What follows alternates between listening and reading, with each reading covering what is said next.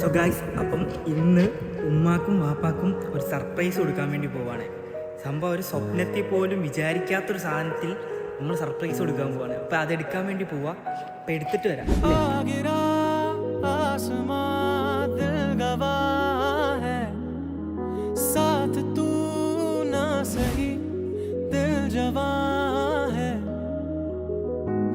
कागज के पन्नों पे मैं लिख दूं तेरा नाम, लकीरों में ही रहता है अंजाम।